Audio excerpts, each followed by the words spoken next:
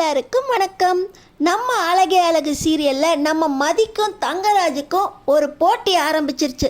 ஸ்ருதியோட காதலை சேர்த்து வைக்கணும் அப்படின்னு நம்ம அழகுமதியும், ஸ்ருதியும் கார்த்தியும் சேரவே கூடாது அப்படின்னு தங்கராஜும், அப்படின்னு நம்ம அழகுமதியும் தங்கராஜும் நேருக்கு நேர் போட்டி போடுறாங்க. அழகுமதி ஜெயிக்க போகிறாங்களா, தங்கராஜ் ஜெயிக்க போகிறாங்களா? ஸ்ருதி கார்த்தி காதல் இவங்க ரெண்டு பேருக்கு இடையில என்ன ஆக போகுது தெரிஞ்சுக்கிறதுக்கு முன்னாடி இந்த வீடியோக்கு ஒரு லைக் போட்டுக்கோங்க.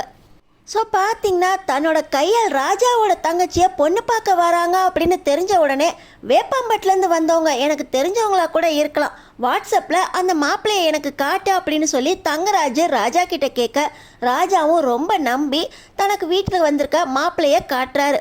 பார்த்தீங்கன்னா மாப்பிள்ளை முகத்தை பார்த்த உடனே தெரிஞ்சு போயிடுது இந்த மலரோட தம்பி கார்த்தி தான் ராஜாவோட தங்கச்சியை பார்க்க வந்த மாப்பிள்ளை அப்படின்னு. இந்த தங்கராஜ் ராஜா கிட்ட உடனே இந்த மாப்பிள்ளைக்கு உடனே நீ முடிவை சொல்ல வேண்டாம், என்னன்னாலும் அப்புறமா முடிவை சொல்கிறேன்னு சொல்லி அனுப்புங்க, என்னென்ன நடக்கணும்னு நான் சொல்கிறேன் அப்படின்னு தங்கராஜ் ராஜாவுக்கு ஆர்டர் போட்டுடுறாரு. டே பாக்கியராஜ், என் பொண்டாட்டி ரேவதியை நான் அடிச்சிட்டேன்னு சொல்லி என் தங்கச்சி என் வீட்டிலே இருக்கட்டும், இவர் வீட்டுக்கு போகவே கூடாது அப்படின்னு என்ன உங்கள் அப்பா காலில் விழுந்து கெஞ்சுற அளவுக்கு பண்ணிட்டில. என் பொண்டாட்டிக்கிட்டேயே கையெடுத்து கும்பிட்டு இனிமேல் நான் உன்னை அடிக்கவே மாட்டேன், அடிக்கிறதுக்கே யோசிப்பேன் அப்படின்னு கெஞ்ச வச்சில. இப்போ உன் பொண்டாட்டிக்கிட்ட நீ கெஞ்சுற மாதிரி நான் ஒரு திட்டம் போடுறேன்டா. இதில் உன் மச்சான் பகடக்காயாக யூஸ் பண்ண போகிறேன் பாருடா. நீ உன் பொண்டாட்டிக்கிட்ட கெஞ்சணும், உன் பொண்டாட்டி உன்னை வேண்டான்னு சொல்லிட்டு அவங்க அம்மா வீட்டில் போய் தங்கணும். உன்னையும் மலரையும் நான் பிரிக்கிறேன்டா. இதில் உன் மச்சான் பகடக்காய. ஏன் தங்கச்சியோட உனக்கு நடக்க இருந்த கல்யாணத்தை நிறுத்தி தானே நீ மலரை கல்யாணம் பண்ண. இப்போ உன் மச்சானுக்கு எப்படி கல்யாணம் நடக்குது, உன் மச்சான் கல்யாணத்தால் நீ மலரை விட்டு பிரிஞ்சு தவிக்க போறடா.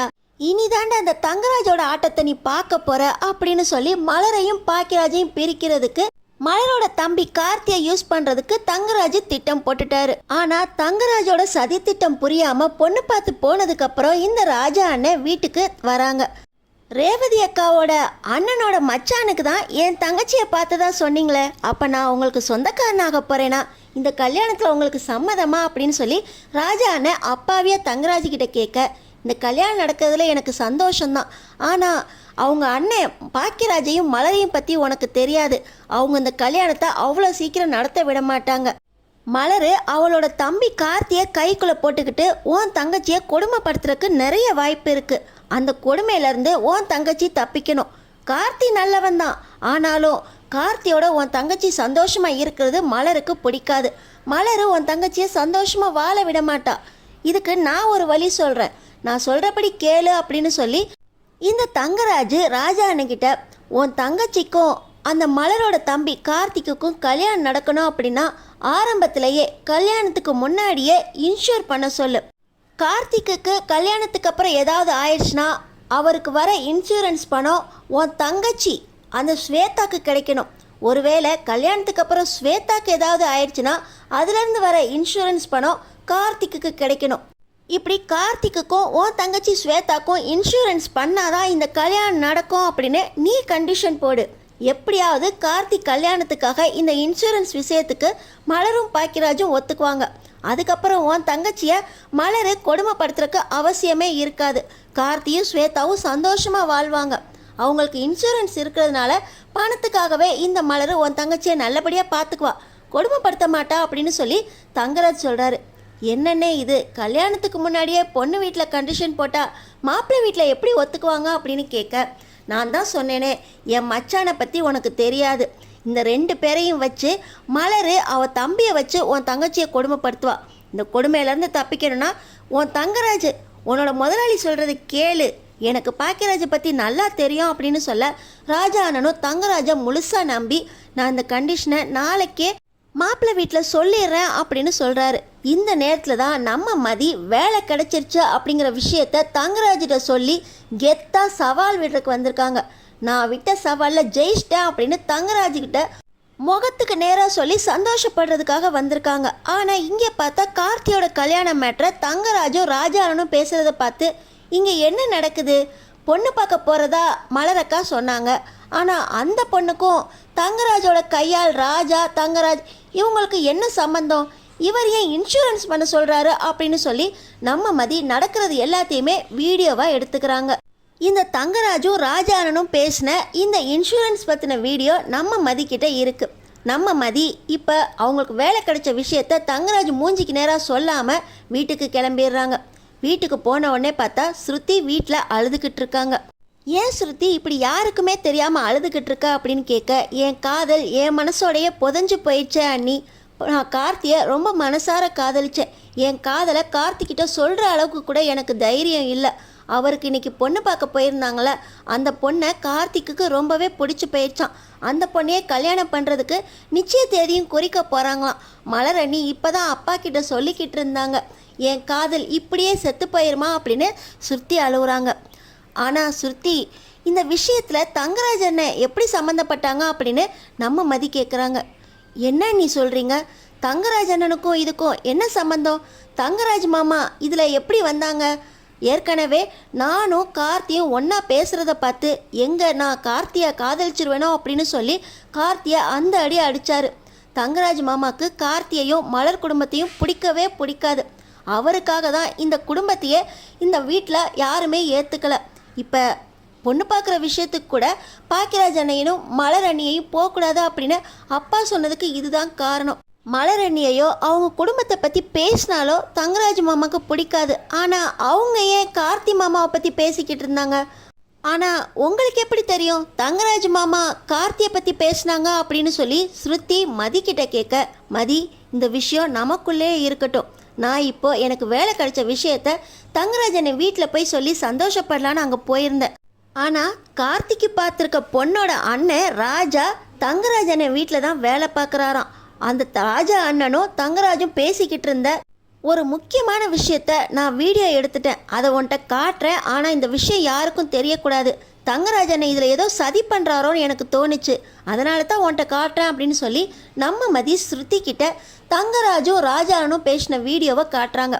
அதில் பார்த்தீங்கன்னா தங்கராஜு ராஜா அண்ணன்கிட்ட 2 பேர் பேர்லையும் இன்சூரன்ஸ் எடுக்க சொல்லி சொன்னதை பார்த்த உடனே இந்த கண்டிஷனால் அவருக்கு என்ன பயன் அப்படின்னு சொல்லி ஸ்ருதி யோசிச்சுக்கிட்டு இருக்காங்க. இந்த விஷயத்தை நம்ம கார்த்தி மாமா கிட்ட சொல்லலாமா அப்படின்னு ஸ்ருதி கேட்க, இல்லை இந்த விஷயத்தை இப்போ நம்ம யார்கிட்டையும் சொல்ல வேண்டாம் அப்படின்னு மதி சொல்லிடுறாங்க. ஆனால் இந்த ஸ்ருதி எப்படியாவது இந்த விஷயத்தை கார்த்தி மாமா கிட்ட சொல்லி கல்யாணம் பண்ணிக்க வேண்டான்னு சொல்லணும். கார்த்தி மாமா என்ன கல்யாணம் பண்ணிக்காட்டினாலும் பரவாயில்ல, ஆனால் அவர் நல்லா இருக்கணும் அப்படின்னு சொல்லி இந்த ஸ்ருதி பார்த்திங்கன்னா காலேஜுக்கு போயிட்டு வரேன் அப்படின்னு சொல்லிட்டு நேராக இப்போ கார்த்தியோட வீட்டுக்கு போகிறாங்க. இன்னொரு பக்கம் இந்த தங்கராஜ் ராஜா வீட்டில் போய் பேசி நம்மளை அறிமுகம் பண்ணிக்கிட்டு நம்ம நல்லவனாக காட்டிக்கணும் அப்படின்னு சொல்லி ராஜா வீட்டுக்கு போய்கிட்டு இருக்காரு. அந்த நேரத்தில் தான் ஸ்ருதியை பார்த்துடுறாரு. இவன் எங்கள் இந்நேரத்தில் காலேஜில் இல்லாமல் எங்கேயோ போய்கிட்டு இருக்கா அப்படின்னு சொல்லி ஸ்ருதியை ஃபாலோ பண்ணி ஸ்ருதிக்கே தெரியாமல் தங்கராஜ் போய்கிட்டு இருக்காரு. இந்த நேரத்தில் தான் ஸ்ருதி கார்த்தி வீட்டுக்கு போகிறத பார்த்த உடனே, நீ தெரியும்டி இந்த பொண்ணுங்க எல்லாமே இப்படி தான் கை மாறும்னு எனக்கு தெரியும். ஆனால் ஒன்றை கார்த்திக்கு கல்யாணம் பண்ண விடவே மாட்டேன். கார்த்திக்கு அந்த பொண்ணோட தான் கல்யாணம் நடக்கணும். அந்த இன்சூரன்ஸை வச்சு கார்த்தி சாகணும். கார்த்தி செத்ததை நினச்சி மலர் நான் எப்படி என் தங்கச்சி செத்தப்ப ஏங்கி தவிச்சு என் தங்கச்சிக்காக அழுதேனோ அதே போல் இந்த மலரும் அவங்க தம்பி செத்ததை நினச்சி ஏங்கி அழுகணும். இதை வச்ச பாக்கியராஜையும் மலரையும் நான் பிரிப்பேன் அப்படின்னு சொல்லி அவரோட சதி திட்டத்தில் இந்த ஸ்ருதி குட்டிகளாட்டா பண்ணிடக்கூடாது அப்படின்னு சொல்லி ஸ்ருதியை ஃபாலோ பண்ணுறாரு. இவ அப்போ கார்த்தியை லவ் பண்ணுறா. இந்த விஷயம் நடக்கவே கூடாது. இதை நம்ம நிறுத்தியே ஆகணும். கார்த்தியை நம்ம திட்டம் போட்டபடி கொலை பண்ணணும் அப்படின்னு சொல்லி இந்த தங்கராஜ் ஸ்ருதியை கார்த்தி வீட்டுக்குள்ளே நுழையிறதுக்கு முன்னாடியே பிடிச்சி என் கூட வீட்டுக்கு வா அப்படின்னு சொல்லி கூப்பிட்டு வராரு. ஆனால் ஸ்ருதிக்கு பயம் வந்துடுது. நம்ம விஷயம் தங்கராஜ் மாமாவுக்கு தெரிஞ்சிருச்சோ, அதனால தான் கார்த்தி மாமா வீட்டுக்கு போன நம்மளை அவர் காரில் ஏற்றிருக்காரு. இனிக்கு மேலே நம்ம கார்த்திக்கிட்ட இந்த விஷயத்த சொல்லவும் முடியாது. தங்கராஜ் மாமா எப்படியாவது நம்ம அப்பா அம்மா கிட்ட சொல்லி நம்மளை வீட்டோட வச்சிருவாங்க. எப்படியாவது சொல்லணும் அப்படின்னு சொல்லி, மாமா இறக்கி விடுங்க, நான் போகிறேன், நீங்கள் என் விஷயத்தில் தலையிடாதீங்க அப்படின்னு சொல்லி ஸ்ருதி தங்கராஜ்கிட்ட சண்டை போட இந்த நேரத்தில் தான் கார்த்தி வேலை முடிஞ்சு வீட்டுக்கு வராரு. தான் வீட்டு தெருமுனையில் தங்கராஜ் காரில் ஸ்ருதியும் கார்த்தியும் போராடிக்கிட்டு இருக்க, இங்கே என்னமோ நடக்குதே அப்படின்னு சொல்லி இங்கே கார்த்திக்கு பயம் வந்துடுது. நீங்கள் எதுக்கு என் வீட்டுக்கு வந்திருக்கீங்க அப்படின்னு சொல்லி கார்த்தி தங்கராஜ் கிட்ட கேட்க, எல்லாம் திட்டம் போட்டு தான்டா பண்ணிக்கிட்டு இருக்க, இவன் எதுக்குடா உன் வீட்டுக்கு வந்தா அப்படின்னு சொல்லி தங்கராஜ் கார்த்தி கிட்ட கேட்க, எனக்கு தெரியாது, எனக்கும் இதுக்கு எந்த சம்மந்தமும் இல்லை, ஸ்ருதி நீ எதுக்கு என் வீட்டுக்கு வந்தா அப்படின்னு சொல்லி கார்த்தி ஒன்றுமே புரியாமல் கேட்க, அது மாமா உங்ககிட்ட கொஞ்சம் பேசணும் அப்படின்னு சொல்லி ஸ்ருதி சொல்ல, என்கிட்டலாம் பேசுகிறதுக்கு ஒன்றும் இல்லை, நீ ஒழுங்காக உங்கள் மாமா கூட வீட்டுக்கு போ அப்படின்னு சொல்லிட்டு கார்த்தி வீட்டுக்கு கிளம்பிடுறாரு. அந்த நேரமாக பார்த்தீங்கன்னா ஸ்ருதியோட ஹேண்ட்பேக்கு கீழே விழுந்துருது. தங்கராஜ் ஸ்ருதியை இழுத்துக்கிட்டு வீட்டுக்கு கிளம்பி போயிடுறாரு. ஏற்கனவே ஒருக்க நானும் ஸ்ருதியும் பஸ் ஸ்டாப்பில் வச்சு பேசினதுக்காக தங்கராஜ் அண்ணனும் சுரேஷும் நம்மளை அடின்னு ரோட்டில் வச்சே அடித்தாங்க. இதில் ஸ்ருதி நம்ம வீட்டுக்கு வேற தேடி வந்திருக்கான்னு தெரிஞ்சால் ஸ்ருதிக்கு ஆபத்தாயிரும். நம்ம போய் ஸ்ருதியை பார்த்து எனக்கும் இதுக்கு எந்த சம்மந்தமும் இல்லை அப்படின்னு தங்கராஜன்கிட்ட சொல்லலாம் அப்படின்னு பார்த்தீங்கன்னா கார்த்தி மறுபடியும் திரும்பி வரும்போது தங்கராஜோட காரும் அங்கே இல்லை, ஸ்ருதியும் இல்லை. சரி வீட்டுக்கு கூட்டிகிட்டு போய் அவங்க கண்டிச்சுக்குவாங்க, இதுக்கு மேலே நம்ம ஏதாவது இந்த விஷயத்தில் தலையிட்டோம்னா மலர் அக்காவோட வாழ்க்கை பாதிக்கும் அப்படின்னு சொல்லி கார்த்தி மறுபடியும் வீட்டுக்கு திரும்பும்போது அங்கே இருக்க ஹேண்ட்பேக் எடுத்துக்கிட்டு, இது ஸ்ருதியோட ஹேண்ட்பேக்கோ, ஒருவேளை தங்கராஜ் ஸ்ருதியை இழுத்துட்டு போகும்போது இந்த ஹேண்ட்பேக் விழுந்திருக்கணும் அப்படின்னு சொல்லி இந்த கார்த்தி அந்த ஹேண்ட்பேக்கை வீட்டுக்கு எடுத்துகிட்டு போகிறாரு. வீட்டுக்கு எடுத்துகிட்டு போனதுக்கப்புறம் அந்த ஹேண்ட்பேக்கில் என்னெல்லாம் இருக்குது அப்படின்னு பார்க்கும்போது ஸ்ருதியோட ஃபோனும் அதில் டைரியும் இருக்குது. இதை பார்த்துட்டு ஸ்ருதியோட டைரியை இவர் படிக்கிறாரு. படிக்கும்போது பார்த்திங்கன்னா, நான் கார்த்தியை விரும்புகிறேன் அப்படின்னு ஒரு பக்கத்தில் எழுதியிருக்கு. இது என்ன, நம்ம பயந்த மாதிரியே இந்த ஸ்ருதி நம்மளை விரும்புகிறேன்னு எழுதியிருக்கா. ஸ்ருதியை நம்ம காதலிச்சோம், கல்யாணம் பண்ணோம் அப்படின்னு தெரிஞ்சால் மலர் அக்காவோட வாழ்க்கையே பாதிக்கும். ஸ்ருதி மனசில் இப்படிப்பட்ட ஒரு எண்ணம் வர்றதுக்கு நான் காரணமாக இருக்கக்கூடாது, இதை அடியோடு அழிக்கணும், இந்த டைரியை முதல்ல ஸ்ருதி கிட்ட சேர்த்துடணும், ஆனால் இந்த விஷயம் யாருக்கும் தெரியக்கூடாது அப்படின்னு சொல்லி இந்த கார்த்தி பார்த்திங்கன்னா ஸ்ருதியை பார்க்கறதுக்காக அடுத்த நாள் வீட்டுக்கு போகிறாரு. ஆனால் வீட்டுக்கு போனால் விஷயம் தெரிஞ்சிடும், நம்ம போனால் அந்த வீட்டுக்கு ஆகவே ஆகாது, அதனால் ஸ்ருதி படிக்கிற காலேஜுக்கே போகலாம் அப்படின்னு சொல்லி இந்த கார்த்தி ஸ்ருதியை பார்க்குறதுக்காக அடுத்த நாள் ஸ்ருதியோட காலேஜுக்கு போகிறாரு. அங்கே போன உடனே ஸ்ருதி, மாமா என்னை பார்க்க வந்துட்டீங்களா அப்படின்னு சொல்லி அழுகுறாங்க. உன்னோட காதல் விஷயம் எனக்கு தெரிஞ்சு போச்சு, இந்த காதல் ஒத்தே வராது, நம்ம ரெண்டு குடும்பத்துக்கும் ஆகவே ஆகாது, மலரக்காவோட வாழ்க்கைக்கு பயந்தே ஆகணும், மலரக்கா நல்லா இருக்கணும், அதுக்காக நான் உன்னை காதலிக்க ஏற்ற மாட்டேன், உன் காதல் எனக்கு வேண்டாம் அப்படின்னு சொல்லி இப்போ இந்த ஹேண்ட்பேக்கை ஸ்ருதிக்கிட்ட கொடுக்க, நான் உங்களை காதலிக்கிறது உண்மைதான், இந்த காதல்னால் கண்டிப்பாக மலரணியோட வாழ்க்கை பாதிக்கும்னு எனக்கு தெரியும், அதனால் இந்த காதலை நான் அடியோடு மறைக்க தான் நினச்சேன், ஆனால் நீங்கள் பொண்ணு பார்த்துட்டு வந்திருக்கீங்களே ஸ்வேதா, அந்த ஸ்வேதாவோட அண்ணன் ராஜாவும் தங்கராஜனும் ஏதோ ஒரு பிளான் போட்டிருக்காங்க, ரெண்டு பேரும் இன்சூரன்ஸ் பண்ணி அந்த இன்சூரன்ஸ் பண்ணாதான் கல்யாணம் அப்படின்னு உங்களுக்கு கண்டிஷன் போட்டிருக்காங்களா அப்படின்னு ஸ்ருதி கேட்குறாங்க. இந்த விஷயத்தில் நீ தலையிடாத, நான் ஸ்வேதாவை தான் கல்யாணம் பண்ணிக்க போகிறேன், ஆனால் இதுக்கும் தங்கராஜனுக்கும் என்ன சம்மந்தம் அப்படின்னு சொல்லி கார்த்தி கேட்க, அதெல்லாம் எனக்கு தெரியாது, இந்த விஷயத்தில் அவர் ஏதோ பிளான் பண்ணுறாரு, இந்த கல்யாணம் நடந்துச்சுன்னா உங்கள் உயிருக்கே ஆபத்தாயிடும், இன்சூரன்ஸ்னாலே உயிருக்கு ஆபத்து பண்ணுற மாதிரி தங்கராஜ் ஏதோ ஒரு பிளான் போட்டிருக்காரு, இந்த விஷயத்தில் நீங்கள் மாட்டிக்காதீங்க அப்படின்னு சொல்லி ஸ்ருதி சொல்கிறாங்க. உன் காதல் நிறைவேறலைங்கிறதுக்காக என் கல்யாணத்தை நிறுத்த பார்க்குற, ஆனால் என் கல்யாணம் நடந்தாதான், இந்த பொண்ணோட என் கல்யாணம் நடந்தாதான் அக்காவோட வாழ்க்கை நல்லா இருக்கும், உன்னை நான் எந்த ஜென்மத்திலையும் கல்யாணம் பண்ணிக்க மாட்டேன் அப்படின்னு சொல்லி ஸ்ருதியோட காதலை மறுக்கிறதோடு இல்லாமல் இந்த கல்யாணம் நடந்தாதான் ஸ்ருதி இந்த காதலை மறப்பா அப்படின்னு சொல்லி கார்த்தி கல்யாணத்துக்கு ஓகே சொல்லி அவர் சொன்ன மாதிரி இன்சூரன்ஸுக்கும் ஒத்துக்கிறார்.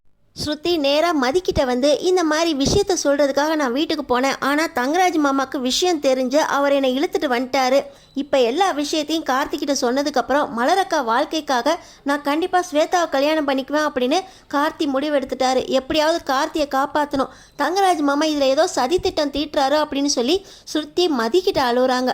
நம்ம மதி, நான் சொல்லாதன்னு சொல்லி அவசரப்பட்டு நீ எதுக்கு அங்கே போன, இப்போ உனக்கும் கார்த்திக்கும் காதல் இருக்கிற விஷயம் தங்கராஜனனுக்கு தெரிஞ்சிருச்சு, அவர் இனிமேட்டு கார்த்தியை சும்மா விடமாட்டாரோ அப்படின்னு சொல்லி நம்ம மதி பார்த்திங்கன்னா கார்த்தியோட வீட்டுக்கு யாருக்குமே தெரியாமல் போகிறாங்க. கார்த்தி வீட்டுக்கு தான் போகிறாங்க மதி அப்படின்னு தெரிஞ்சுக்கிட்டு ஸ்ருதி மதிக்கே தெரியாமல் பின்தொடர்ந்து போக இந்த நேரத்தில் தான் தங்கராஜ் அவரோட ஆளுங்களை வச்சு கார்த்தியை எச்சரிக்கிறதுக்காக அடியாளுங்களோட வந்திருக்காரு. இப்போ நம்ம மதி கார்த்தியை தேடி வர்றதை பார்த்து, ஓ ஸ்ருதி காதலுக்கு நீ தான் தூதா, சும்மா விடமாட்டேன் அப்படின்னு சொல்லி மதியை அடிக்க வர, அந்த நேரத்தில் நம்ம ஸ்ருதி மதியை காப்பாற்ற வர ஸ்ருதிக்கு நல்லா அடிபட்டுருது. இதை பார்த்தோடனே கார்த்தி, இங்கே என்னதான் நடக்குது, என்ன எதுக்கு அடிக்கிறதுக்காக தங்கராஜ் மாமா வந்திருக்காங்க, இதில் இவ மாட்டிக்கிட்டாலே அப்படின்னு சொல்லி ஸ்ருதிக்காக ஒரு நிமிஷம் கார்த்தி யோசிக்க, ஸ்ருதி நம்மளை உண்மையிலேயே காதலிக்கிறாளா அப்படின்னு சொல்லி ஒரு நிமிஷம் ஸ்ருதிக்காக மயங்குறாரு கார்த்தி. இந்த நேரத்தில் சுரேஷ் வந்துடுறாரு. என்ன மதி இங்கே பண்ணிக்கிட்டு இருக்கா அப்படின்னு கேட்கும்போது தான் தங்கராஜோட ஆளுங்க நம்ம மதியையும் ஸ்ருதியையும் அடிக்க வராங்கன்னு தெரிஞ்சுக்கிட்டு எல்லாரையும் அடிச்சு போட்டு, தங்கராஜ் மாமா எதுக்கு இப்போ கார்த்தி வீட்டுக்கு வந்து கார்த்தி அடிக்கிறதுக்காக வரணும், நீங்கள் என்ன இங்கே பண்ணுறீங்க, என்னதான் நடக்குது அப்படின்னு சொல்லி சுரேஷ் எல்லாத்தையுமே மதிக்கிட்ட கேட்குறாரு. ஆனால் நம்ம மதி ராஜா மூலமாக கார்த்தியையும் ஸ்வேதாவையும் இன்சூரன்ஸ் பண்ண சொல்லியிருக்காங்க, இதில் ஏதோ திட்டம் இருக்கா அப்படின்னு சொன்ன உடனே சுரேஷ், நான் உன்னை நம்ப மாட்டேன், தங்கராஜ் மாமா எல்லா விஷயத்துலையும் கெட்டவராக இருக்க மாட்டார், உன் வேலை போனது கூட ஏன் நல்லதுக்காக தான் பண்ணியிருக்காரு, இந்த விஷயத்தில் ஏதாவது நல்லது இருக்கும், எல்லா விஷயத்துலையும் நீ தங்கராஜ் மாமாவை கெட்டதுன்னு சொன்ன நான் கேட்கவே மாட்டேன் அப்படின்னு சொல்லி இப்போ ஸ்ருதியையும் மதியையும் சுரேஷ் வீட்டுக்கு கூட்டிகிட்டு போயிடுறாரு. ஆனால் தங்கராஜ் மாமா ஏன் இன்சூர் பண்ண சொன்னாரா அப்படின்னு சுரேஷ் ஒரு நிமிஷம் யோசிக்கிறாரு. நம்ம சுரேஷ் தங்கராஜை நோட்டை விட ஆரம்பிச்சிட்டாரு. இந்த இன்சூரன்ஸுக்கும் கார்த்தி ஸ்வேதா கல்யாணத்துக்கும் என்ன சம்பந்தம், இவர் ஏன் இந்த விஷயத்தில் மூக்க நுழைக்கிறாரு, ஸ்ருதி ஏன் இந்த விஷயத்தில் ரொம்ப ஆர்வமாக இருக்கா அப்படின்னு மதிக்கிட்ட சுரேஷ் விசாரிக்க நம்ம மதி ஆரம்பத்தில் சொல்ல மறுக்கிறாங்க. இருந்தாலும் சுரேஷ் கிட்ட ஸ்ருதி கார்த்தியை காதலிக்கிறா, ஆனால் கார்த்திக்கு இந்த விஷயம் தெரியாது, இந்த விஷயத்தில் கார்த்தியை காப்பாற்றுறதுக்காக ஸ்ருதி இந்த அளவுக்கு ரிஸ்க் எடுத்திருக்கா, அந்த விஷயத்தில் தான் இப்படி மாட்டி தங்கராஜனே ஸ்ருதியை அடிக்கிறதுக்காக வந்தார், அவரை காப்பாற்ற போய் நானும் மாட்டி எங்கள் 2 பேரையும் நீங்கள் காப்பாற்றிருக்கீங்க அப்படின்னு சொல்லி நம்ம மதி சுரேஷ் கிட்ட சொல்ல, இந்த விஷயத்தில் நீங்கள் இனிமேல் தலையிடாதீங்க அப்படின்னு சொல்லிடுறாரு. ஆனால் ஸ்ருதி எப்படியாவது கார்த்தியை காப்பாற்றணும் அப்படின்னு கார்த்தி மேலே இருக்க காதலில் தவிச்சுக்கிட்டு இருக்காங்க. அடுத்த நாள் கல்யாணம். கார்த்தி ஸ்ருதியவே யோசிச்சுக்கிட்டு இருக்காரு. நம்ம மேலே இருக்க காதலில் எப்போ பார்த்தாலும் இன்சூர் பண்ணாதீங்க, அந்த பொண்ணை காதலிக்காதீங்க, கல்யாணம் பண்ணாதீங்க அப்படின்னு திரும்ப திரும்ப எதுக்காக வந்து சொல்கிறா அப்படின்னு கார்த்தி ஒரு பக்கம் யோசிச்சுக்கிட்டு இருக்கா. தங்கராஜ் மாமா எதுக்காக இன்சூரன்ஸ் பண்ண சொன்னாரா அப்படின்னு சுரேஷ் ஒரு பக்கம் யோசிச்சுக்கிட்டு இருக்க. கல்யாணத்தன்னைக்கு காலையில் ராஜா நினைக்கே தெரியாமல் தங்கராஜ் அவர் அடியால வச்சு கல்யாணம் முடிஞ்சு அவங்க மறு வீட்டுக்கு போகும்போது இந்த பொண்ணு மாப்பிள்ளை போகிற காரை ஆக்சிடெண்ட் பண்ணிடு. மலரோட தம்பி சாகணும், என் தங்கச்சி செத்து போனப்ப நான் எப்படி தவிச்சனோ அதே போல் மலரோட தம்பி சாகிறப்ப மலர் தவிக்கணும், மலரையும் பாக்கியராஜையும் பிரிக்கணும், இதுதான் என்னோட திட்டம். பாக்கியராஜ் என் பொண்டாட்டி என்கிட்டேருந்து பிரிக்க நினச்ச மாதிரி மலரையும் பாக்கியராஜையும் இந்த கல்யாணத்தை வச்சு நான் பிரிச்சிருவேன் அப்படின்னு இந்த தங்கராஜ் திட்டம் போட்டுக்கிட்டு இருக்க. இதையெல்லாம் சுரேஷ் பார்த்துறாரு. என்ன மாமா இப்படி ஒரு பிளான் போட்டிருக்கீங்க, நீங்கள் இவ்வளோ கெட்டவரா அப்படின்னு சொல்லி இந்த சுரேஷ் பார்த்திங்கன்னா தங்கராஜோட சட்டையை பிடிக்க, எப்படி இருந்தாலும் இந்த கல்யாணம் நடக்கும்டா, இதை ஒன்றால் நிறுத்தவே முடியாது, நீ எனக்கு எதிராகவே இருக்கியா அப்படின்னு சொல்லி தங்கராஜ் சுரேஷை அடைச்சி வச்சிடுறாரு. ஆனால் சுரேஷ் அவர் ஃபோனில் இதெல்லாம் வீடியோவாக பிடிச்சி மதிக்கு அனுப்பி இந்த கல்யாணத்தை நிறுத்து அப்படின்னு மதிக்கு சொல்லிடுறாரு. நம்ம மதி பார்த்திங்கன்னா மேடையில் இருக்க கார்த்திக்கிட்ட இந்த வீடியோவை காட்டி இந்த கல்யாணம் நடக்கவே கூடாது அப்படின்னு சொல்லி தங்கராஜை அரெஸ்ட் பண்ணுறதுக்கு போலீஸை வர வைக்கிறாங்க. வந்த போலீஸ் நம்ம சுரேஷையும் காப்பாற்றி தங்கராஜை அரெஸ்ட் பண்ணுறாங்க. என் தம்பியை கொல்ற அளவுக்கு துணிஞ்சிட்டிங்களே, உங்கள் தங்கச்சி சாவுக்கு நானோ பாக்கியராஜோ காரணமே இல்லை, நீங்கள் எப்போ புரிஞ்சுக்க போகிறீங்க அப்படின்னு மேடையில் வச்சு நம்ம மலர் அழுக. என்னை ஸ்ருதி காதலிக்கிறேங்கிற ஒரே காரணத்துக்காக அவரோட உயிரை பணைய வச்சு இப்படி எங்களை காப்பாற்றுறதுக்கு முடிவு பண்ணியிருக்கா. நான் ஸ்வேதாவை கல்யாணம் பண்ணலை, ஸ்ருதியோட காதலை ஏற்றுக்கிறேன், ஸ்ருதி நீ என்னை கல்யாணம் பண்ணிக்குவா அப்படின்னு சொல்லி மேடையிலே வச்சு கார்த்தி ஸ்ருதி கிட்ட காதலை ஏற்றுக்கிறேன், கல்யாணம் பண்ணிக்கிறியா அப்படின்னு கேட்க எல்லாருமே திகைச்சு போய் நிற்கிறாங்க. ஸ்ருதியை கார்த்தி கல்யாணம் பண்ணிக்கிறதுக்கு ஒத்துக்குவாங்களா?